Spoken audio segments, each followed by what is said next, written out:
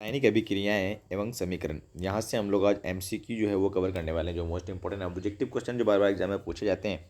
तो आप क्या करना कि क्वेश्चन को देखना और वीडियो पॉज करके अपना आंसर टिक करना, then match your answer with my answer, और बताना कि आपके जितने भी क्वेश्चन करेंगे उसमें से आपके कितने सही होते हैं। ठीक है, पहला क्वेश्चन देखते हैं। लिखा हुआ है किसी पदार्थ एक्स विलयन का उपयोग सफ़ेदी करने के लिए होता है, तो पदार्थ एक्स का नाम क्या है। ये एनसीईआरटी का क्वेश्चन है ना, एनसीईआरटी का क्वेश्चन है।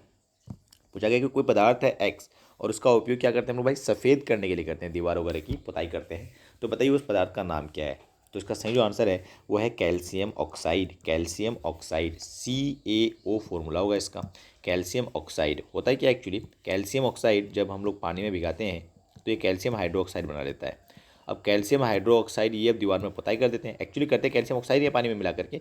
तो कैल्शियम हाइड्रोक्साइड जो करते हैं ये कार्बन डाइऑक्साइड के साथ, यानी वातावरण में जो मौजूद कार्बन डाइऑक्साइड है उसके साथ रिएक्शन करके कैल्शियम कार्बोनेट बना देता है, जो चमकीला हो जाता है।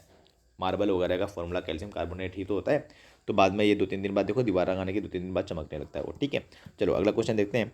श्वसन किस प्रकार का रासायनिक अभिक्रिया है। तो यहाँ थोड़ा ऑप्शन ये गड़बड़ लग रहा है हमको, क्योंकि श्वसन जो है इसमें ऊष्मा निकलती है, तो ऊष्मा क्षेपीय अभिक्रिया है और ऑक्सीडेशन भी होता है, तो उपचयन भी है, तो दोनों ही सही है। पर अगर आपको ऐसा क्वेश्चन दिख जाए जो पूछा भी जाता है ऐसा क्वेश्चन, तो इसमें आंसर जो जाता है वो जाता है उपचयन, यानी श्वसन को आप क्या मानोगे, उपचयन अभिक्रिया, ऑक्सीडेशन रिएक्शन। ठीक है, हालांकि इसमें क्योंकि ऊष्मा निकलती है तो ऊष्मा क्षेपी भी है पहली बात। तो अगर ऑप्शन नंबर एक ऐसा देता जिसमें लिखा रहता कि क और घ दोनों, तो दोनों जाता।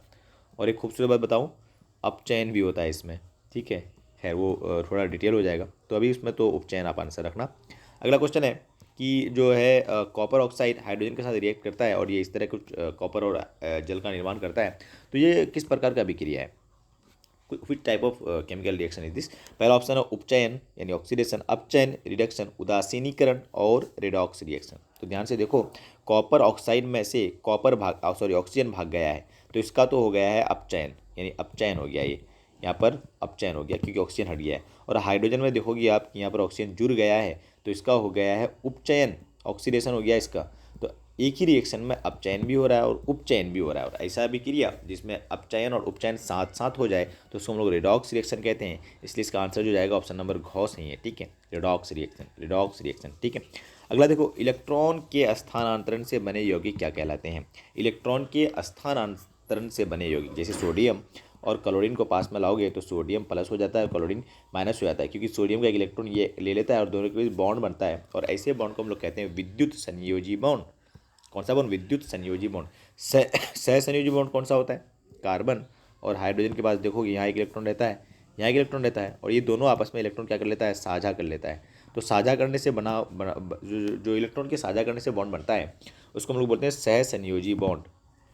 जो कार्बनिक यौगिक के जनरली जितने भी कंपाउंड होते हैं वो सह संयोजी यौगिक ही बनाते हैं, पर अभी तो क्योंकि इलेक्ट्रॉन का कंप्लीट स्थानांतरण हो रहा है तो ऐसे कंपाउंड को हम लोग बोलते हैं विद्युत संयोजी बॉन्ड। ठीक है, आगे देखो जरा, नीचे दी गई अभिक्रिया में कौन सा कथन सही है। ये कॉपर, वही सेम रिएक्शन मैंने ऊपर भी देखा अभी। ठीक है, तो कॉपर का ऑक्सीकरण हो रहा है, नहीं कॉपर का ऑक्सीकरण तो नहीं हो रहा है भाई, कॉपर का तो रिडक्शन हो रहा है, अवकरण हो रहा है, कॉपर का अवकरण, ये सही है, ये सही है। कॉपर का नाइट्रेशन तो ये भी गलत, तो ऑप्शन नंबर ख जो है वो है सही। कॉपर का क्या हो रहा है, अवकरण हो रहा है, रिडक्शन हो रहा है। ठीक है, आगे देखते हैं फटाफट से क्वेश्चन।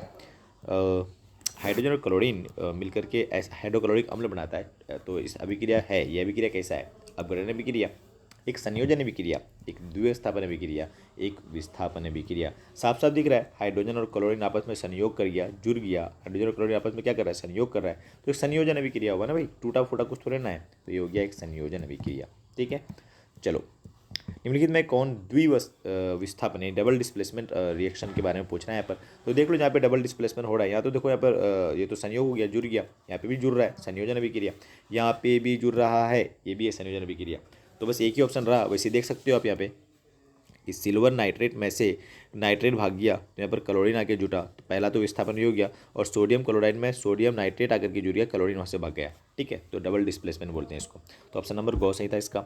अगला देखते हैं फटाफट से, निम्नलिखित में कौन एक अपघटन अभिक्रिया का उदाहरण नहीं है। अपघटन अभिक्रिया का उदाहरण नहीं है, मतलब अपघटन मतलब टूटना, तो कैल्शियम कार्बोनेट यहाँ पर कैल्शियम ऑक्साइड और कार्बन डाइऑक्साइड में टूट रहा है, तो अपघटन अभिक्रिया है। उस तरह पोटेशियम क्लोरेट यहाँ पर पोटेशियम क्लोराइड और ऑक्सीजन में टूट रहा है, तो ये भी अपघटन अभिक्रिया हुआ। और हाइड्रोजन और क्लोरीन आपस में जुड़ रहा है, तो ये संयोजन अभिक्रिया हुआ। तो आपको देखते हुए आना चाहिए, ठीक है। तो ऑप्शन नंबर जो ग है वो सही है। और मानव शरीर में भोजन का पाचन, तो मानव शरीर में भोजन का पाचन जो है यह भी एक अपघटन अभिक्रिया है।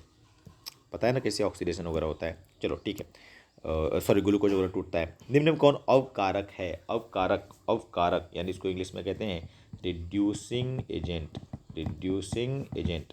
तो निम्नलिखित में से रिड्यूसिंग एजेंट अवकारक कौन सा है, मतलब दूसरे को ऑक्सीडाइज कर देता है? तो आंसर है हाइड्रोजन। ओ, इसमें तो कार्बन मोनोऑक्साइड भी दे दिया, H2O भी दे दिया यार। तो ये देखो आप टिक करो, इसका ये क्वेश्चन थोड़ा गलत है। इसका निम्न में कौन अवकारक है? अवकारक मतलब रिड्यूसिंग एजेंट बताया मैंने।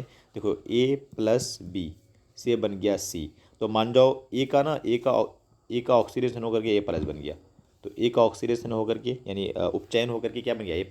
तो ये उसको उपचयन किया कौन? B, तो B को अवकारक कहेंगे, ठीक है। तो समझ में आया? मैंने थोड़ा एक्सप्लेन करने की कोशिश करी है। तो यहाँ पर अवकारक जो है वो हाइड्रोजन भी है, कार्बन मोनोऑक्साइड भी है, H2S भी है। तो आपको याद रखना पड़ेगा ये सारा का सारा क्या है? अवकारक। तो ये ऑक्सीकारक है, ऑक्सीजन, ठीक है। तो ये तीनों ऑप्शन जो यहाँ पर सही है, ठीक है। चलो अगला क्वेश्चन देखो जरा। रासायनिक अभिक्रिया के दौरान किसी पदार्थ में ऑक्सीजन का ह्रास, ऑक्सीजन का निकलना क्या कहलाता है? ऑक्सीजन निकल रहा है भाई, ऑक्सीजन निकल रहा है, अपचयन है ना। ऑक्सीजन का जुड़ना उपचयन कहलाता था। चलो फटाफट देखो ये वाला। रासायनिक समीकरण में अभिकारकों के कुल भार के उत्पाद कुल भार के बराबर होता रहता है।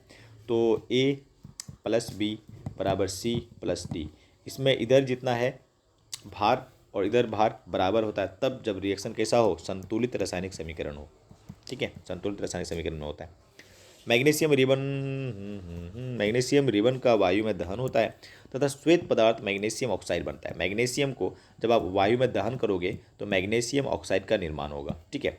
इस अभिक्रिया में मैग्नीशियम का उपचयन होता है, अपचयन साफ साफ दिख रहा है, ऑक्सीजन जुड़ रहा है भाई, तो उपचयन होता है ना भाई। तो मैग्नीशियम का क्या होगा? उपचयन होता है। दहन का मतलब ही होता है ऑक्सीजन के साथ रिएक्शन कराना। चलो खत्म होने को आया, फटाफट से देख लो। ये लिखा हुआ है कि निम्नलिखित में कौन सूचना रासायनिक समीकरण से प्राप्त नहीं होता है? प्रतिफलों के मोलों का अनुपात ये मिल जाता है, अभिकारकों के सूत्र ये भी मिल जाते हैं मुझे, और प्रतिफलों अभिकारक में उपस्थित परमाणु की संख्या या परमाणु वो भी हम लोग देख सकते हैं। प्रतिफल के रंग जो है, रंग वो हम लोग नहीं देख पाते हैं, ठीक है। रासायनिक अभिक्रिया में रंग पता नहीं चलता है। संगमरमर का रासायनिक सूत्र कई बार पूछा जाता है, मोस्ट इंपॉर्टेंट क्वेश्चन की लिस्ट में ये भी शुमार है ना। तो पूछा गया कि संगमरमर का रासायनिक सूत्र क्या होगा? तो इसका सही जो आंसर है वो है ऑप्शन नंबर ए यानी कैल्शियम कार्बोनेट। संगमरमर, खरिया और मार्बल, संगमरमर, खरिया और मार्बल तीनों का फॉर्मूला क्या होता है? Calcium carbonate. कई बार मैंने बता भी रखा है पहले भी, तो ठीक है। आगे देखो जरा। बाजार में बिकने वाली जो चिप्स होती है कि थैली में ऑक्सीजन निकालकर उसमें कौन सी गैस भरी जाती है? तो देखो जो बाजार में चिप्स खाते हो आप लोग, जो भी चिप्स वगैरह खाते हो या कुरकुरे डुरकुरे जो भी खाते हो आप लोग, ठीक है, जो आई डोंट थिंक इतनी अच्छी बात है खाना, पर ठीक है। तो इसमें जो वो कुरकुरे वगैरह रहता है, तो इसके अंदर ना अगर ऑक्सीजन गैस वो छोड़ देता तो ये सारा का सारा कुरकुरे ऑक्सीजन के साथ रिएक्शन करके उपचयन यानी ऑक्सीकरण की अभिक्रिया, ऑक्सीडेशन अभिक्रिया कर लेता, और ऑक्सीडेशन अभिक्रिया करता तो ये खाना जो अंदर है कुरकुरे वगैरह वो हो जाता है ख़राब। तो ऐसे केस में क्या करना पड़ता है? यहाँ अंदर जितने सारे गैस हैं, ऑक्सीजन की जितने सारे गैस हैं वो सारा बाहर निकालना पड़ता है, और अंदर इसको डाला जाता है कोई इनर्ट गैस, और जनरली जो डाला जाता है वो जाता है नाइट्रोजन गैस, क्योंकि नाइट्रोजन गैस कोई नुकसान करता नहीं है। तो आंसर क्या है इसका सही? नाइट्रोजन, ठीक है। चलो तो आप बताना कि आउट ऑफ 15 आपकी कितने सही हुई, ठीक है। लगी अच्छी वीडियो अगर तो वीडियो को लेना लाइक, चैनल को कर लो सब्सक्राइब, दोस्तों में कर लो शेयर। और डेली मॉर्निंग में वीडियो आती है 8:30 in the morning, 8:30 AM in the morning, और शाम में 5:30 PM पे वीडियो आया करेगी। Okay bye bye, see you, take care.